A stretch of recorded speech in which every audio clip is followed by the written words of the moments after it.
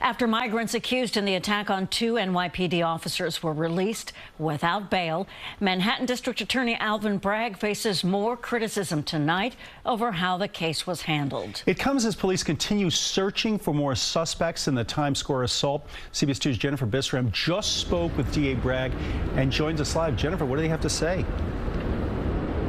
Hi, Dick and Dana. This is the first time we heard from DA Bragg himself since that incident where we saw a group of men assault 2 members of the NYPD. He says the reason why several of those men were released without bail was based on the evidence he had at that time. In Manhattan, we do not tolerate or accept assaults on police officers. I watched the tape this week. Despicable behavior. It sickened me and outraged me. That from Manhattan DA Alvin Bragg Friday afternoon, nearly a week after 2 members of the NYPD were attacked by a group of men as they attempted to break up a disorderly crowd outside of a city migrant shelter in Times Square. Officials say most of them are migrants. In a court of law, and our profound obligation is to make sure we have the right people charged with the right crimes. I don't think any New Yorker wants us to charge the wrong person. 7 of the alleged attackers have been arrested and charged with assaulting an officer.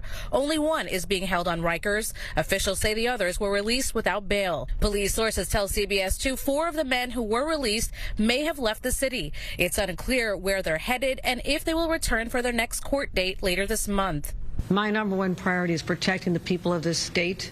And anytime there's an assault on a police officer, which is a very serious offense, it is bail eligible and bail should be sought. A bail should have been set on those individuals. It was a serious felony and bail should have been set. Why it was not set, I do not know. There's mounting criticism from elected officials, including the governor and the NYPD. Top brass saying this is another bad example of bail reform. My response is that we have an obligation in the court of law to prosecute the right people with the right charges. That's what we're doing here. We have more information now than we had on Saturday. I predict we'll have more in a few days than we have now. And again, DA Bragg says that he is still receiving surveillance video and evidence, and he anticipates getting even more in the coming days. Now, police say they have arrested 7 people so far, and they're still looking for several more. In the meantime, those 2 officers who were assaulted are recovering. We're live in Lower Manhattan tonight. Jennifer Bisram, CBS 2 News. Jennifer, thank you, and stay with CBS 2 for continuing coverage on the search for more suspects and any developments in the case. We'll bring it to you the latest on the air and streaming on CBS News New York.